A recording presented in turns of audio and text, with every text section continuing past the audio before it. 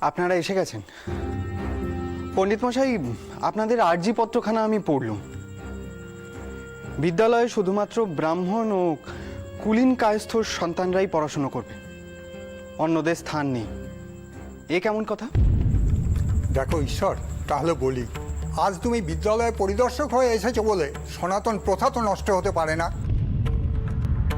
আমাদের দেশে যুগ যুগ ধরে ব্রাহ্মণ সন্তানেরাই শুধু লেখাপড়া করে এসেছে। পরে ভর্তি হতে শুরু করলো কুলীন কায়স্থ সন্তানেরা। এখন দেখছি যে কেউ তোমার পত্র নিয়ে চলে আসছে বিদ্যালয়ে ভর্তি হতে। এ তো হতে পারে না ঈশ্বর। পণ্ডিত মশাই, আপনাকে একখানা প্রশ্ন করতে পারি? করো। কোনো ছেলে যদি যথেষ্ট মেধাবী হয়, পড়াশুনোয় তার যদি আগ্রহ থাকে, তাহলে সে পড়াশুনো করার অধিকার পাবে না? ক্ষমা করবেন বিদ্যাসাগর মশাই, আপনাকে আবার বিরক্ত করতে চলে এলো। আরে মথুরবাবু, যে আপনি পিসিমার শরীর গতিক ভালো তো? আগে মা এসেছেন আপনার সাথে দেখা করতে, আপনি যদি দয়া করে একটু বাইরে আসেন। পিসিমা এসেছেন? আচ্ছা, একটু দাঁড়ান। পণ্ডিত মশাই, আমরা এসব নিয়ে না হয় পরে আলোচনা করব। আমার এখন কিছু ব্যক্তিগত কাজ আছে, আর আপনাদের আর্জিপত্র নিয়ে আমি বিবেচনা করব। বেশ, তাহলে আমরা চলি। তবে শুধু এইটুকু মনে রেখো ঈশ্বর, শাস্ত্র অনুসারে পঠন পাঠনের অধিকার শুধুমাত্র ব্রাহ্মণদের, অন্য কারো নয়। চলো হে।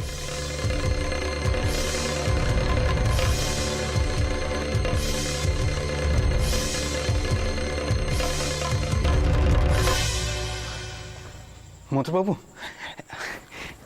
পিসিমা এতক্ষণ ধরে অপেক্ষা করছেন বাইরে, চলুন ওনাকে অন্দরে নিয়ে আসি। চলুন। আসুন, এই দেখুন মা, ঈশ্বরচন্দ্র বিদ্যাসাগর মহাশয় নিজেই ছুটে এসেছেন আপনার জন্য। ঈশ্বর, তুমি যে এমন ভাবে ছুটে এলে, তা তোমার কাজে বিঘ্ন ঘটেনি তো? না না পিসিমা, কোনো বিঘ্নই ঘটেনি। কোনো কাজই আপনার প্রয়োজনের থেকে বড় নয়।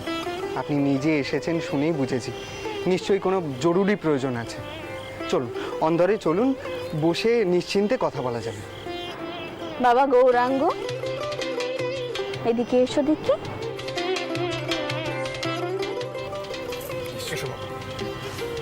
এই ছেলেটি কে পিসিমা? এ হলো গৌরাঙ্গ। গৌরাঙ্গ, এনাকে পেন নাম করো দেখি। ইনি কে জানো? ইনি হলেন শ্রী ঈশ্বরচন্দ্র বিদ্যাসাগর মহাশয়, আমাদের প্রণম্য। থাক থাক থাক বাবা, থাক।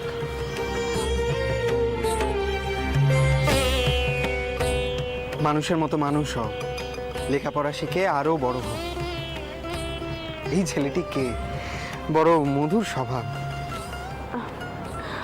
মতুর, তুমি গৌরাঙ্গকে নিয়ে এসো, আমি আর ঈশ্বর আগে যাচ্ছি। বেশ তো মা, আপনারা এগোন না, আমরা আসছি। হ্যাঁ বাবা ঈশ্বর, তোমার সাথে আমার কিছু কথা ছিল। নিশ্চয়ই, আসুন আসুন পিসিমা।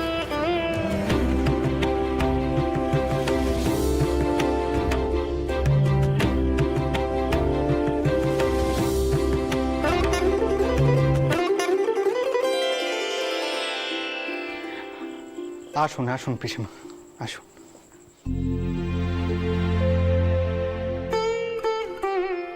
ঈশ্বর, গৌরাঙ্গ লেখাপড়ার ব্যবস্থা যে তোমাকেই করে দিতে হবে বাবা।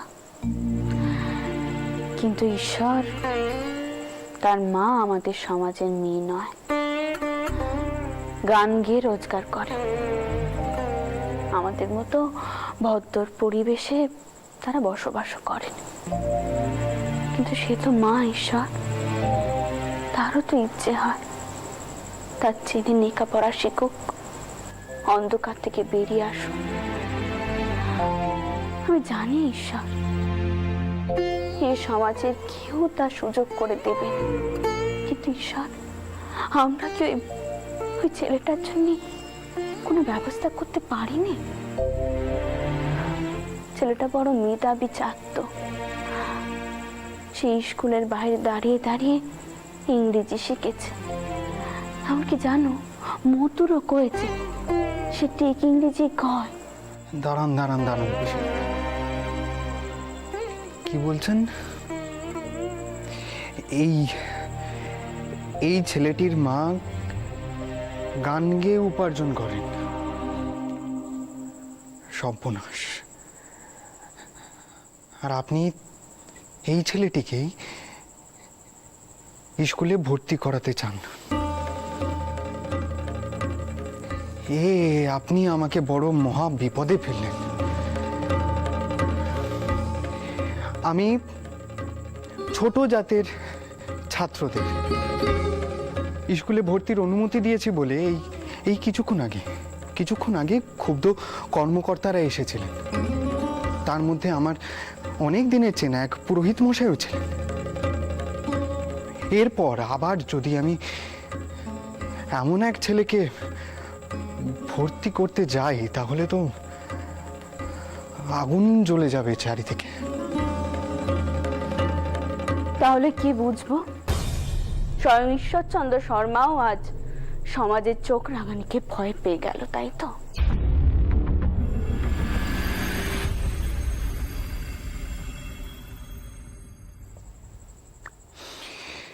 পিসিমা, এই ভয় জিনিসটাই আমার মধ্যে নেই।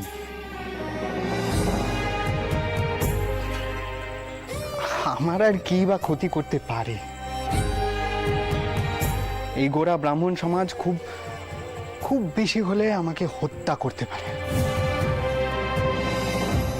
আমি ভাবছি এই ছোট্ট ছেলেটির কথা।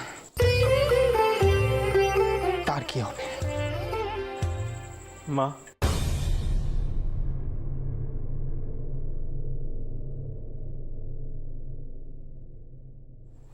ফিরে চলো মতো। ফিরে যাব মা? চলো। দাঁড়ান দাঁড়ান পিসিমা, এত অস্থির হলে চলে? আমাকে একটু ভাবার সময় তো দিন। মধুবাবু, আপনি বসুন। পিসিমা অযথাই রাগ করছেন। আগে আমি একবার ছেলেটিকে পরখ করে নিই।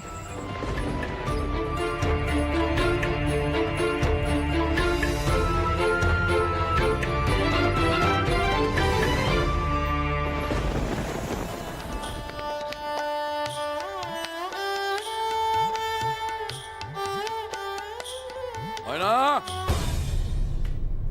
ময়না, এই যাও তোমরা এখান থেকে। যাও। ময়না, বেরিয়ে আয়। কি হয়েছে? এত চিৎকার করছেন কেন? 100 বার করবো, এটা আমার বাড়ি। কি ভেবেছিস তুই? বড্ড বার বেড়েছে না? তুই গৌরাঙ্গকে নিয়ে যানবাজারে গিয়েছিলি? হ্যাঁ। এত সাহস! কেন গিয়েছিলি? উত্তর দে। তোকে টাকা দেয় কি ময়না? আমি এই তালুকদারের মাসোহারার টাকায় তুই বেঁচে আছিস, দয়ায় বেঁচে আছিস। আর তুই কিনা গিয়েছিলি আমার শত্রুর কাছে, তাও আবার গৌরাঙ্গকে নিয়ে। বেশ করেছি আমি। আপনি মাসোহারা দেন বলে আপনার কেনাবাদি হয়ে থাকতে হবে নাকি? আর আপনি যাকে শত্রু ভাবছেন সে মহিষী। সে আমার গৌরকে স্কুলে ভর্তি করবে বলে দিকে দিকে ঘুরছে। আর আপনি গৌরের জন্মদাতা হয়েও তাকে আজ পর্যন্ত স্বীকার করেননি। আমি আপনাকে কতবার বলেছি গৌরের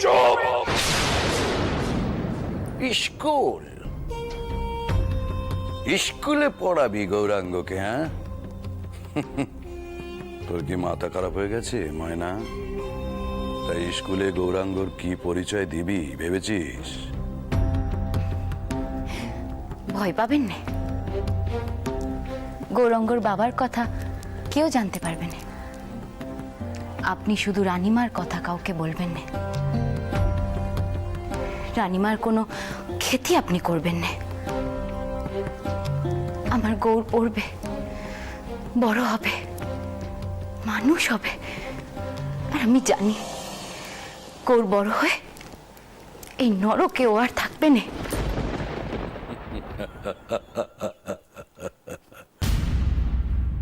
দেবে না, দেবে না, কেউ তোর গৌরাঙ্গকে কোনো স্কুলেই ঢুকতে দেবে না। তুই নিজের সব বোনাস নিজে ডেকে আনছিস ময়না। যে ছেলের জন্য এত কিছু করছিস, সেই একদিন বড় হয়ে তোর কাছে কৈফিয়ত চাইবে। কেন তুই ওকে ভদ্র জীবন দিয়েছিস? তোকে ঘেন্না করবে ময়না।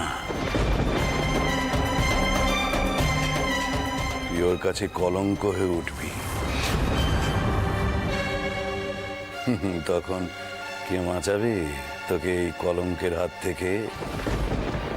তোর ওই মহিয়সী রানীমা, যে নিজেকে সর্বেসর্বা ভাবে, কখনো ঐশ্বর্যের দম্ভে রূপর রথ পার করছে, এখন আবার গৌরাঙ্গকে স্কুলে ভর্তি করে দেবী সাজতে চাইছে। হবে না, হবে না, হবে না। তোর মহিয়সী রানীমা এটা করতে পারবে না, কারণ তোর রানীমার ইচ্ছে তো আর জগৎ সংসার চলে না।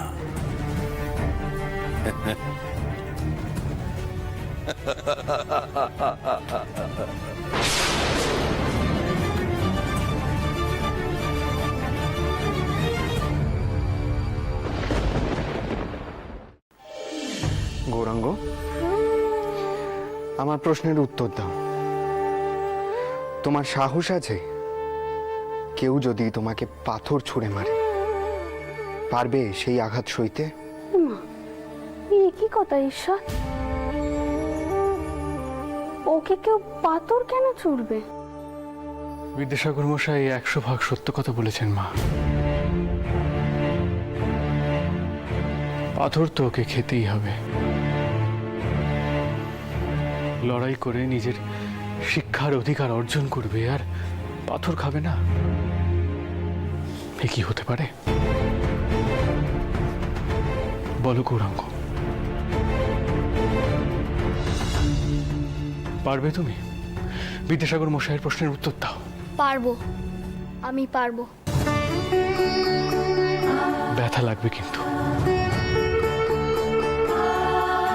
পালিয়ে যাবে না তো? না, কখনো না। বেশ, গৌর যখন লড়াইতে তৈরি, তখন আমিও লড়বো ওর হয়ে পিছনে।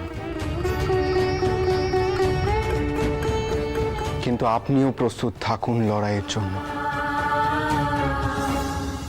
সমাজপতিরা কিন্তু নিজেদের নখ দাঁত বের করে ঝাঁপিয়ে পড়বে।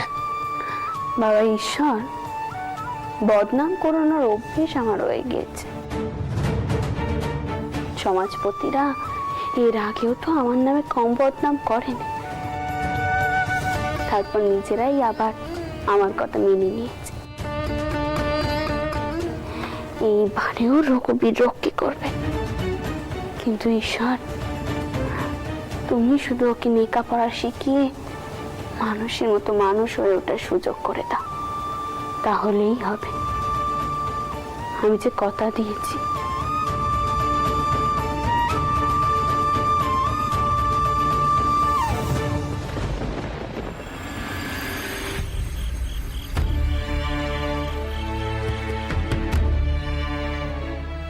এসো, এসো, নিয়ে এসো।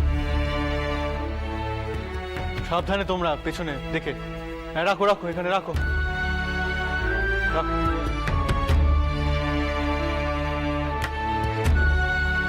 মা আসুন, মা আসুন, আসুন। এই পালকি বাইরে নিয়ে যাও, যাও।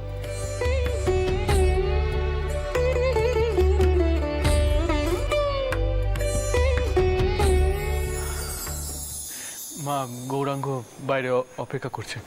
আপনি কি তার সাথে একবার দেখা করবেন? আপনি আসবেন বাইরে? না মথুর, আমার আর ইচ্ছে করছে না। তুমি বরং ওদেরকে অন্দরে আসতে কও, কেমন? বেশ। ও চটকু কি, গৌরাঙ্গ লেখাপড়া শেখার সব ব্যবস্থা হয়ে গেল। এ তো খুব ভালো কথা মা। অন্তত আমি আমার কথাটুকু রাখতে পারলাম, কিন্তু ঈশ্বর পাশে না থাকলে এসব কিছু সম্ভব হতো না। ঠিকই বলেছ মা।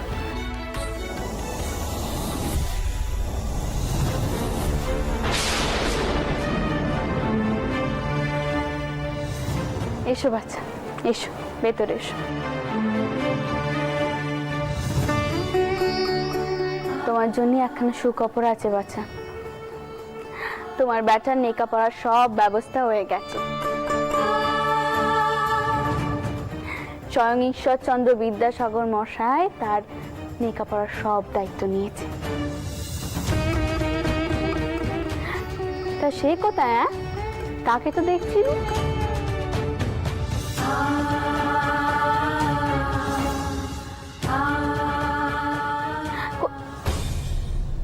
কি হলো, তুমি চুপ করে আছো কেন? এখনো বিশ্বাস হচ্ছে না বুঝি? তোমার ব্যাটার এমন গানের গলা, সে চাউরের এমন করে নাম গান করে, চাউর কি তার দিক থেকে মুখ ফিরিয়ে তাকতে পারে? এত নিষ্ঠুর নাকি চাও?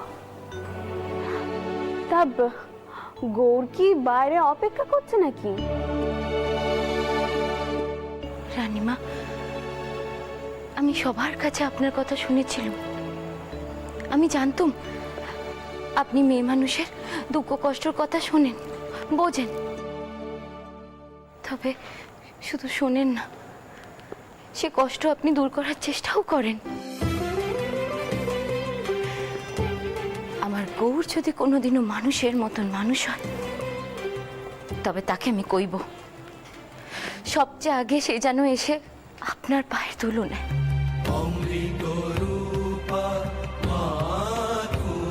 জানেন রানীমা, ঈশ্বরের উপর থেকে আমার বিশ্বাস একেবারে উঠে গেছিল।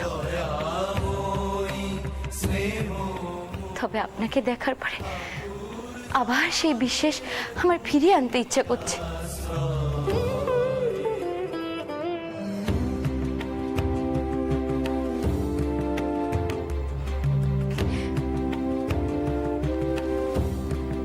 আমি জানি রানীমা, আমি আপনার কোনো প্রয়োজনে আসবো না। তবু যদি আমি কোনো কাজে আসি, আমি নিজেকে ধন্য মনে করব। পেন না। এসো বাচ্চা, এসো।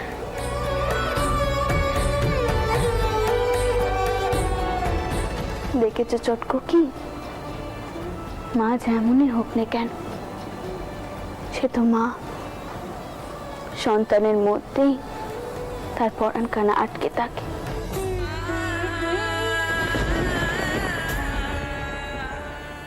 কিন্তু আমি জানি না এই সমাজ মেয়েদের কবে যোগ্যী মান দেবে। জানো ছোটকো কি, ঈশ্বরও করেছে এই ছেলের লেখাপড়া করা এত সহজ হবে না।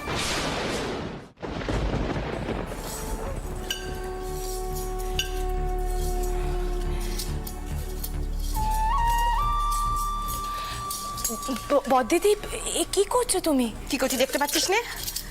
আমি গঙ্গা জল ছিটিয়ে সারা বাড়িকে শুদ্ধি করছি।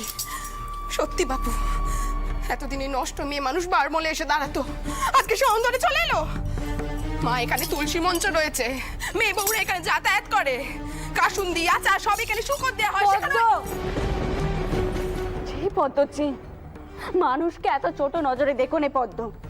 কোনো মানুষই এত ঘৃণা পিতৃর যোগ্যী নয়। মানুষকে সৃষ্টি করেছে ভগবান। আর তুমি তুলসী মায়ের পবিত্রতা কথা বলছো? তুলসী মায়ের সূচিতা কি আমরা রক্ষা করবো পদ্ম?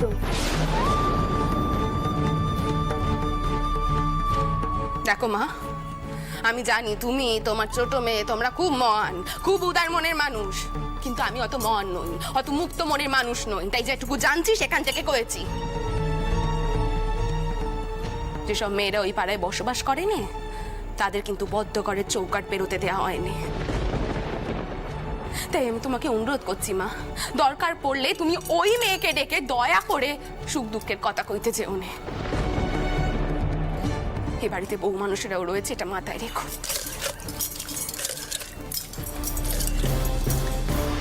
দেখলে তো চটকো কি, পদ্মর মনেই যদি এমন চিন্তা দ্বারা আসে, তাহলে সকলে ওই ছেলেটাকে কোন নজরে দেখবে? শেষ পর্যন্ত গৌর লেখাপড়া করতে পারবে তো?